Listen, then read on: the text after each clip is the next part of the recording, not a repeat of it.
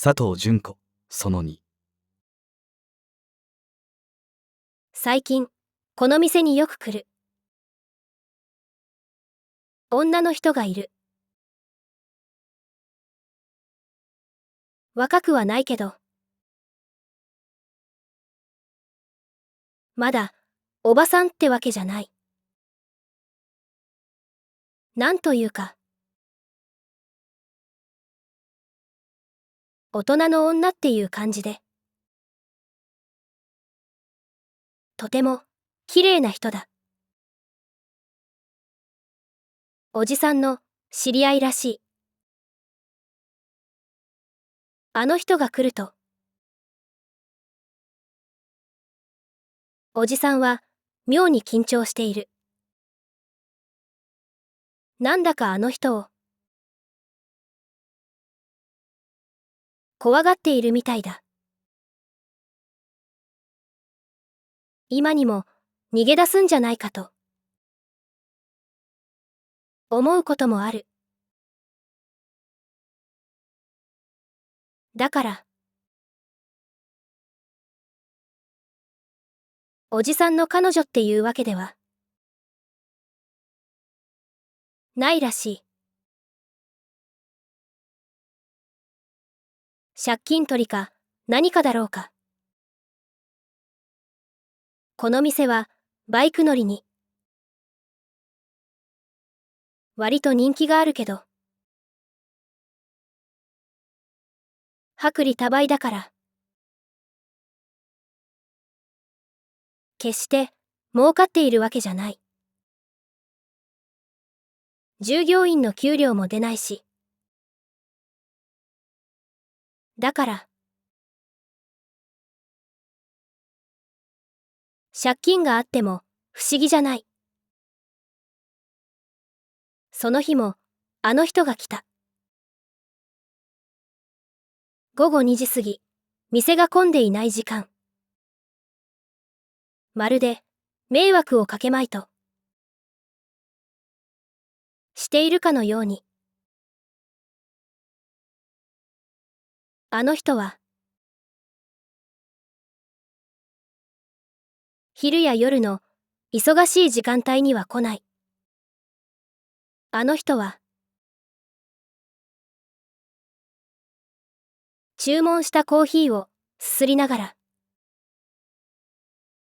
本を読んでいた。あの人が来ると、おじさんの様子が変わる。そしてどこか、店内の空気も、張り詰めてしまうような、気がする。あの人は、1時間くらい、本を読んで、そして、帰っていった。あの人は時々、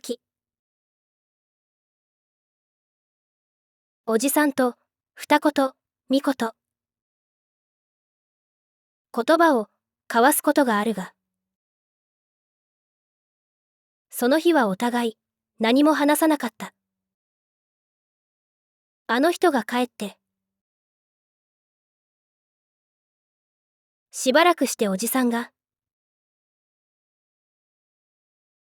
買い出しに行ってくる。と言って、出かけた。その隙に私は、厨房の林さんのところに行って、尋ねた。気がついてます？あの女の人。林さんはうなずいた。誰なんだろうな。林さんも気になっていたようだった。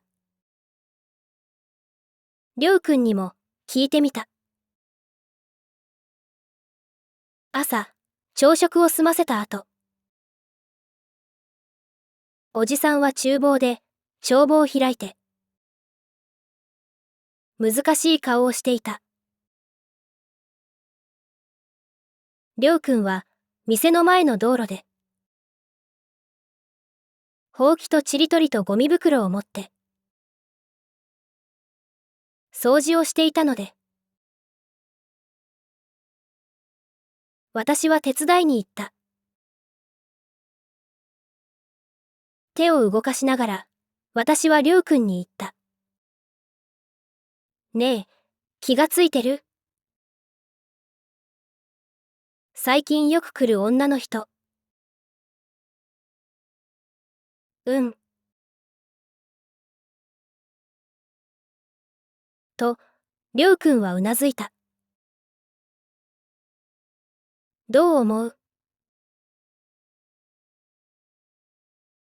まさか、借金取りじゃないだろうな。りょうくんは、私と似たようなことを考えていた。もしおじさんが借金をしていて、お金を返せないのなら、この店が差し押さえられてしまうかもしれない。もしそうなったら、私もりょうくんも居場所を失ってしまう。私たちにとっては深刻な問題なのだ。それからも時々、あの人はやってきた。あの人が来ると、私は不安になる。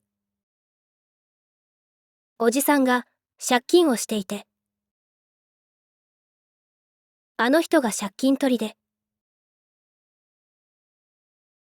おじさんは借金が返せなくて、困っている。おじさんの様子を見ていると、それがただの想像ではないような気がしてくる。その日は、あの人は来なかった。閉店して、その日の仕事を終えた後、私は店のカウンターに座って考えていた。もしこの店に借金があるとしたら、おじさんはどうなるのだろう。そして私はどうなるのだろう。世の中には冷たい風が吹いている。ここに来る前、私はそう感じていた。何をやってもうまくいかず、自分の無力だけを感じていた日々。自分が何のために生きているのかもわからず、何の希望もなくて誰も信じられない。もう戻りたくなかった。コーヒー飲むか？おじさんだった。おじさんは入れたてのコーヒーを私の前に置いた。いい匂いがした。ありがとう。と、私は言った。おじさんが私の隣に座った。気にしてるんだって。最近、ちょくちょく来る、あの女。私は、おじさんを見た。林さんから聞いたよ。私は、おじさんの次の言葉を待った。別れた女房だよ。と、おじさんが言った。あの人は、借金取りではないのだ。よかった、助かった。心の中で、そう思った。でも、その後おじさんは、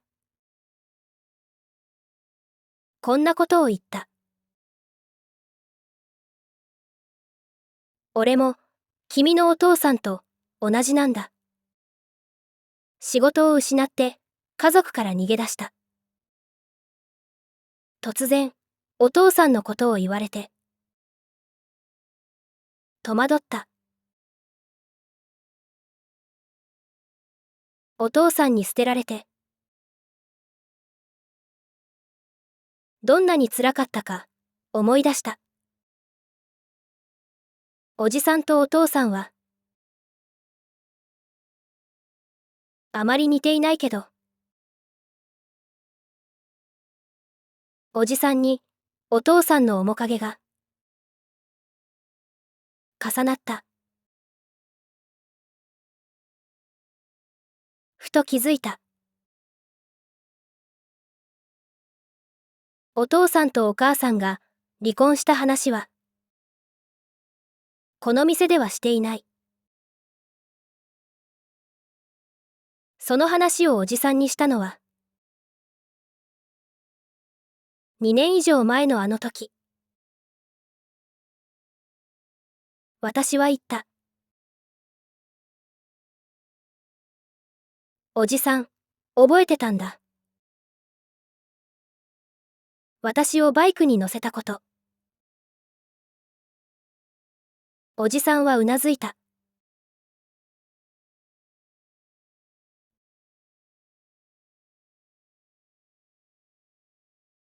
数日後、またあの人が、やってきた。おじさんの元奥さん。おじさんは言ってた。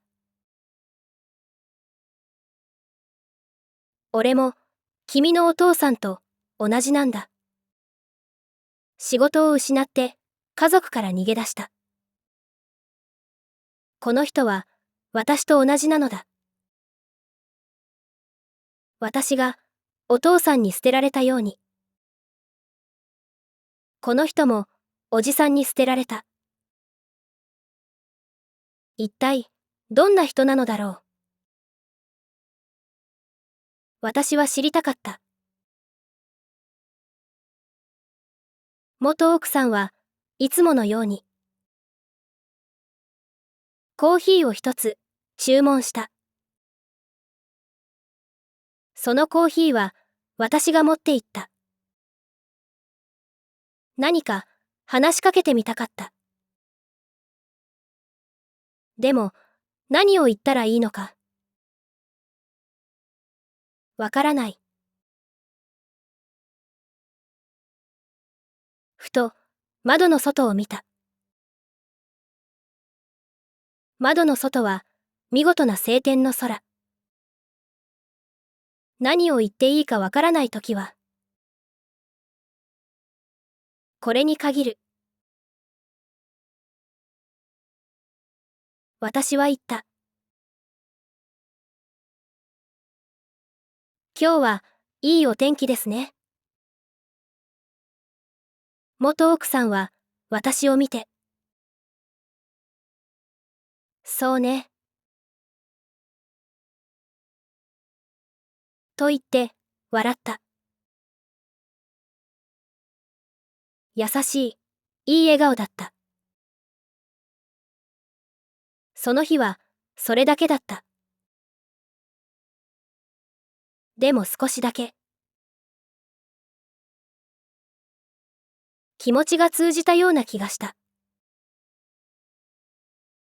そして、あの人が来るたびに、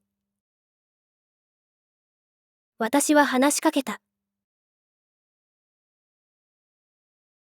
本、お好きなんですね。今日はお仕事、お休みなんですか？今日もいいお天気ですね。あの人はいつも、あの優しい笑顔で答えてくれる。ある日、私は思った。あの人はおじさんと、よりを戻したいのだろうか。だから、この店に、やってくるのだろうか。あの人は、とても綺麗な人だ。そして品のある、大人の女、という感じがする。つまり一種の、貫禄のようなものを持っている。それに引き換え、おじさんは、どこか冴えない。おじさんは、いい人だし、世話にもなっているが、おじさんにあの人は、ちょっと、もったいないような気がする。だから、おじさんに捨てられたのが、あの人で、おじさんと、よりを戻したがっているのがあの人。というのが、どうもしっくりこないのだ。ともあれ私は、意外と、こういう話が好きだったりする。私は、ブランド物の洋服や、靴や香水より、ライディングスーツや、ライディングシューズ、エンジンオイルやガソリンの匂いに、惹かれてしまう女だが、私はこれでも、女の子だ。そして女の子は、恋の話が好きなのだ。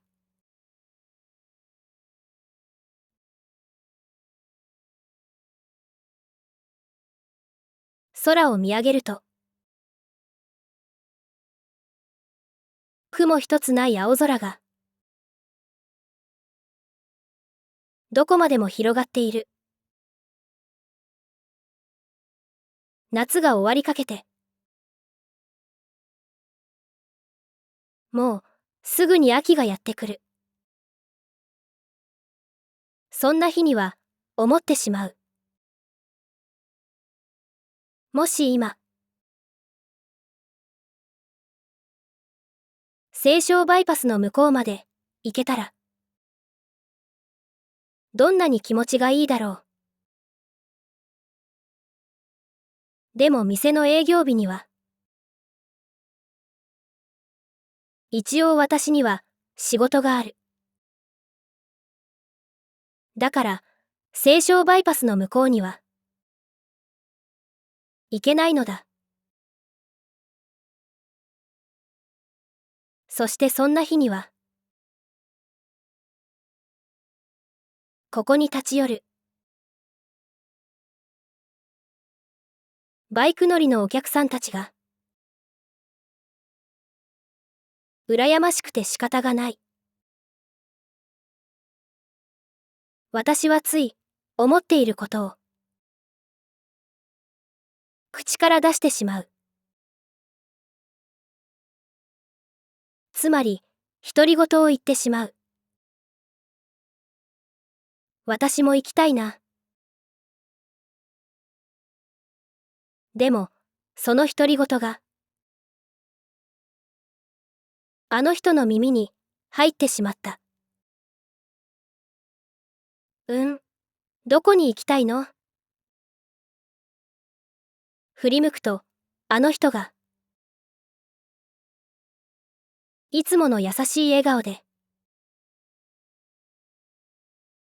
私を見ていた。バイク、乗りに行きたいな、と思って。と、私は答えた。あなた、バイク持ってるの？ええ、CB400。へえ、400か。あの人が、へえ、400か、と言ったとき、私は、おや、と思った。とても身近なものについて、言うような口調だった。このお店の前、国道1号の裏道だもんね。それを知っているということは、この人はひょっとして、バイク乗りなんだろうか。私もバイク持ってるんだ。今度、ツーリングに行こうか。と、あの人が言った。今まで気づかなかった。バイクに乗る人には見えなかった。この人はいつも、スカートを履いてくるし。でももし、この人が、ヘルメットをかぶって、ライディングジャケットを着ていたら、似合うかもしれない。一体、どんなバイクに乗っているんだろう。そして、私は思った。この人とだったら、一緒に走るのも悪くない。でも、ちょっと待てよ、と私は思った。私は、おじさんの方を見た。おじさんは、コーヒーカップを磨いていた。この人は、カウンターの席にいて、おじさんはカウンターの内側にいる。そして、店は忙しい時間帯ではない。だから、今のツーリングの話は、おじさんの耳にも入ったはずだ。そして、この人はおじさんと、よりを戻したいと、思っているかもしれないのだ。私は言った。ねえ、おじさんも行こうよ。おじさんは返事をしない。でも、聞こえなかったはずはない。聞こえなかったふりをしたいのだ。私はもう一度、もう少し大きな声で言ってみた。ねえ、おじさんも行こうよ。おじさんはこっちをちらっとだけ見て、そして、俺はいいよ、と言った。どうして？おじさんは答えない。ねえ、行こうよ。おじさんが言った。なあ、こいつは。VMAX を持ってるんだぞ。400ならともかく。リッターと俺の 110cc じゃ。ツーリングにならないよ。ヤマハ VMAX。排気量 1197cc の大型バイク。私にとっては夢のバイクだ。VMAX と聞いた途端。おじさんのことなどどうでもよくなった。私はあの人の方を向いた。マジ。あの人はうなずいた。あの人がおじさんの方を見た。大丈夫。ゆっくり走ってあげるから。と、あの人は言った。その時突然、りょうくんが。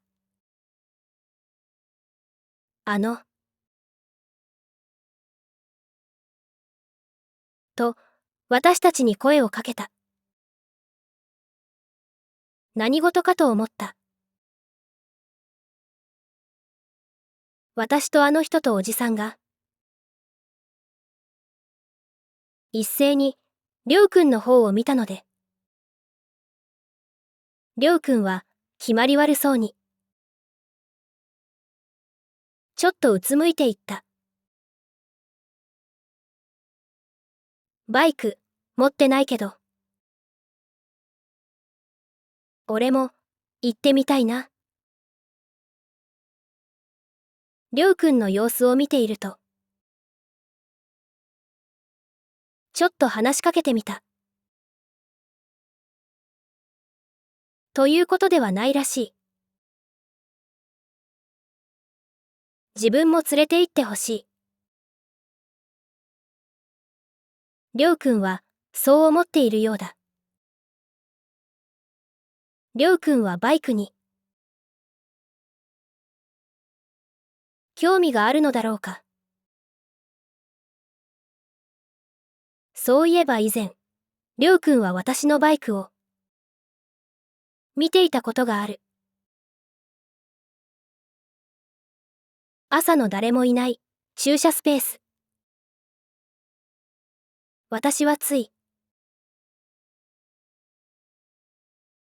自分のバイクに、いたずらされると、思ってしまったが、今はわかる。りょうくんは、そんな人ではない。とはいえ、ちょっと意外だった。りょうくんはこれまで、バイクの話など、したことがなかった。私も、おじさんも、あの人も、返事をしなかった。妙な沈黙が、起こってしまい。りょうくんはさらに深く、うつむいてしまった。なぜ、沈黙が起こったのか、というと。こういうわけだ。バイクのないりょうくんを、ツーリングに連れて行くなら、誰かが後ろに、乗せるしかない。そして、バイクの後ろに乗るのは、自動車の助手席に乗るのとは違う。バイクの方が、ずっと危険だからだ。昔私が、おじさんのバイクの後ろに、乗せてもらったとき、おじさんは絶対にスピードを出そうとしなかった。事故を回避するために最も有効な手段がスピードを出さないことだからだ。後ろに乗せるなら絶対に事故を起こさないという覚悟が必要だった。りょうくんの願いに応えたのはあの人だった。よしわかった、私が乗っけたげる。りょうくんの顔が一瞬輝いた。でも、あの人は続けてこう言った。その代わり、フルフェイス、グローブ、ライディングジャケット、着用よ。それと、私の言うことは聞くこと。いい。あの人に、そう言われたりょうくんは、困った顔をした。りょうくんは言った。でも俺、そんなの持ってないよ。するとあの人は、おじさんを指さした。大丈夫、この人が持ってる。成り行きに。あっけに取られていたおじさんは、ああ、わかった、貸してやるよ。と、やっと言った。その後あの人は、席を立って、おじさんに何やら、二言、三言、言ったが、私やりょうくんには、何を言ったのか、聞こえなかった。再生リスト14に続きます。